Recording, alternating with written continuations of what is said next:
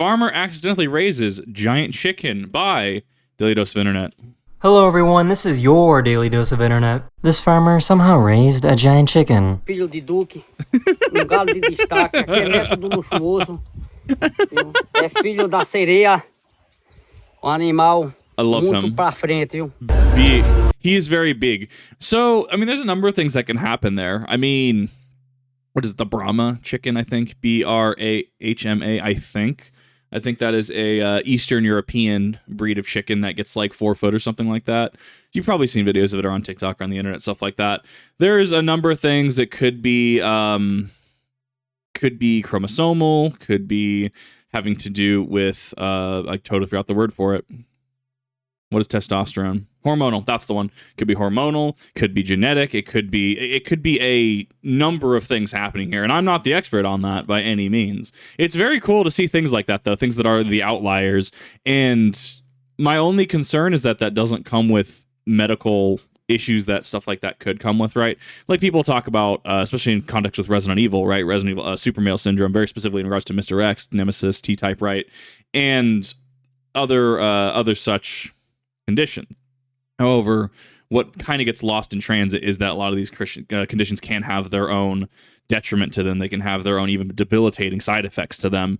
And hopefully the chicken's quality of life goes pretty smoothly. It probably will have a higher caloric intake, probably require a little more sustenance, food, water, etc. But realistically, I'm just hoping that this is, good for it. Things that people don't often think about when it comes to meme videos. Yeah, actually. That wind-up, though, like that moment, it was style, momentum, execution. I love that, actually. I dig that. No! In case you didn't know, sheep wag their tails like dogs if they're excited to see you. Why are you like this? Why are you staring at me like that? This guy... Honestly, I think that a lot more animals do that than people give them credit for. Horses, I'm pretty sure, flick their tail. You have dogs, obviously, wagging their tail. Very noteworthy. I think birds do it, too. Birds will have some sort of tail swish flick thing going on. And, I mean, it's no different than, like, you see somebody and you see someone that you know, like your friend, right? You run over to hug them, to punch them in the gut, whatever your guys' friend ritual is, right? I think that that's just one of those things that we see something like that. Sheep wag their tail and everyone goes, oh, wait a minute. Oh, it's so cool. I didn't know this. And it's like, for people like me, it's like that actually makes a lot of sense because of these reasons. And it's just, to me, it's interesting to see the side effects of social media where I learn new things every day from reacting, going on TikTok, going on YouTube, number of different things that I learn every single day. And that's not to say that I look at this and go, oh my God, this is amazing. I can also rationally think and critically think like, okay, that actually makes sense due to these other reasons. Or if there's no direct correlation I can draw upon, or if there's no direct thing that I can draw upon, I try to rationalize it the best I can. I'm like, I guess that does make sense, right? Hence the chicken, right? I'm not a biologist by nature. Sure, I can pass college 101 biology here in the US, right? But I'm not a specialist by any means, but I can rationally say hormonal, chromosomal, different things that can lead to that conclusion. And I think that's just lost on a lot of people nowadays, which is rather unfortunate. Wanted to show how safe the UAE is, so he left his laptop, phone, and car keys on his car for an hour. You couldn't do this in the US. You could not do this.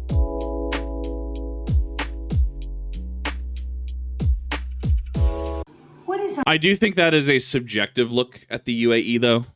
I think that there is a lot more to consider in regards to safety in the UAE, especially if you do happen to be a woman, female presenting, etc. I do, from everything I've heard, know that there is a little bit of a divide between male presenting versus female presenting in the UAE.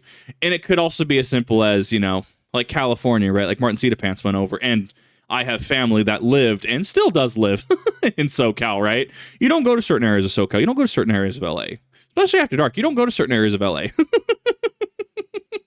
Where Martin Pants and crew just drive through Skid Row, talk to some of my family. I'm like, yeah, we drove through that. So I think it could come down to that, just depending on where you're at. But I do know in regards to travel, there is a large issue with the UAE and female presenting tourists that can arise. So, but that's honestly with anything, right? If I was to say go to Burkina Faso, right, which as far as I'm aware, you can't even get there through normal means because the U.S. has it labeled in certain distinctions. I think it's like a level 3, level 3 no fly zone, no travel zone, I think. But if I was to go there, right, it's like, okay, what can you tell me about Burkina Faso? What can you tell me about Champagne, France? What can you tell me about Hamburg, Germany? What can you tell me about the red light district, right, in Amsterdam, right? What can you tell me about these things? Just research your destination. On your pancake? Play with cameras. This cat hates seeing cats in video games. My God. Oh! Wait, did that just break the ball? Probably did. Sometimes cats, they can either be super fascinated by what's on the TV or they can just outright ignore it. And some cats get super animated about stuff like that, but dogs do that too. It just depends if the animal ends up being encapsulated by the TV long enough to understand what's going on in it, right? Where I'm sure a dog has looked at dogs in video games and barked at the dog in the video because there is a dog here now, or growled because suddenly there is a dog that shouldn't be here. No, I wouldn't do One of my that. subscribers made an engine out of Legos. Wow. I mean, yeah. I knew Australia. These are the same people that build like computers in Minecraft with redstone. I am awful at Minecraft. Never actually finished a world gone to completion in Minecraft, anything like that, right? People do things with redstone. Like they build like bombers. They build games inside of Minecraft. Like I guess you can play Pokemon in Minecraft. Not Pokecraft, but like actually building a Game Boy to play Pokemon. And I'm sure there's some mods present, but it's like people with redstone are just built different. And people like that, just they have an understanding that I don't. It had big bugs, but this is kind of crazy. That's literally bigger than Hollow. Like, what? Of course, is that Australia? Oh my God. They build them big in Australia, don't they? I don't know. I'm kind of mixed on bugs. Like, on one hand, I don't outright, like, hate them. I don't outright dismiss them. Like, I mean, I talked to an arachnologist, right? Miko, love her. Awesome content, awesome scientist, right? And, you know, I talked about lepidopterology across a few different videos. Not that I necessarily know someone that deals with moths, but it's something like I have immense respect for scientists and stuff, specifically of the bug variety, because I don't know. I guess me liking bug Pokemon has that effect where it's like people like, you like Golisopod. Tell me the things. Why do you like Golisopod? Well, it's chitinous, it's big, it's chunky. I hate its ability, but I think it's cool. I think it's a cool predatory bug. I love it. And I just meet a lot of cool people that way.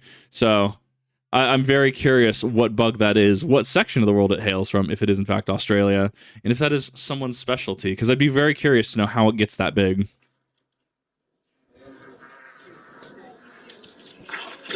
Oh, no.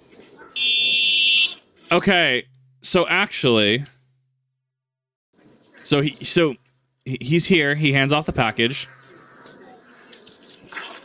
I do think this is the fault of if this is a motorized bicycle too.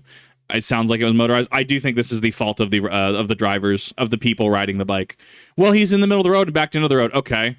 They're supposed to be vigilant. They're supposed to see things. They are, in fact, operating not necessarily a vehicle, but they are operating a method of transportation that if they crash into somebody, it can hurt them. The amount of times that I have swerved out, like on a bike, just a regular bike, right?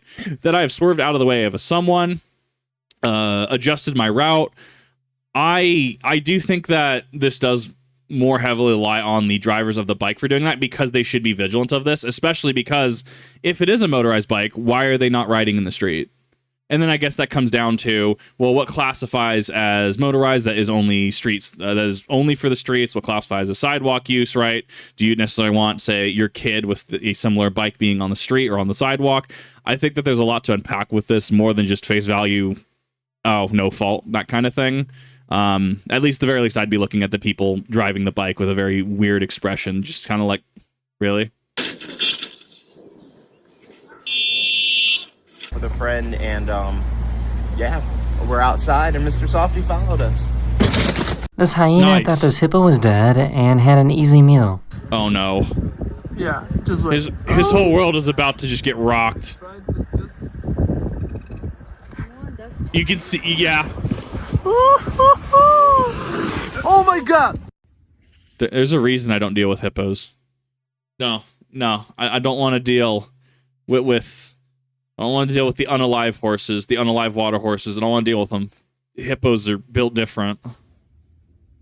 I do like this though. That's actually kind of cool. The police in Puerto Rico use school buses as undercover police vehicles. When do we ever get an undercover school bus?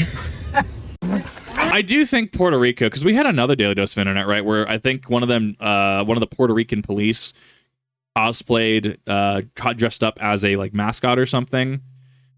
That seems like that's a big thing over there. It seems like there's a consistent theme here, and I'd be very curious in regards to entrapment and if that is a thing or not in reference to some of these tactics that they use. Cat wants the chimkin. Beefy. I'll give you a piece. Oh. Uh-huh. What you got? You gonna do it? Maybe? He's making it awkward. Come on, man. You can do it. Yeah! He made it awkward. Do not poking. That is the end of this video. We hope you enjoyed. And I'll see you guys again very, very soon. Later. Cute. All I can say on that. This is an interesting video. I actually liked it. I felt I had a lot more to say than usual on a lot of these things. I try to add what context I can, what commentary I can without over-bloating the video, if that makes sense. And I do appreciate all you sticking around for that. I thought some of this was cool. I guess, what are your thoughts on Puerto Rican police in regards to, does that classify as entrapment or not? Is that completely legal over there? I know in the U.S., as far as U.S. is concerned, I don't think you can necessarily do that. But then again, at this point, I don't know what the police do at this point.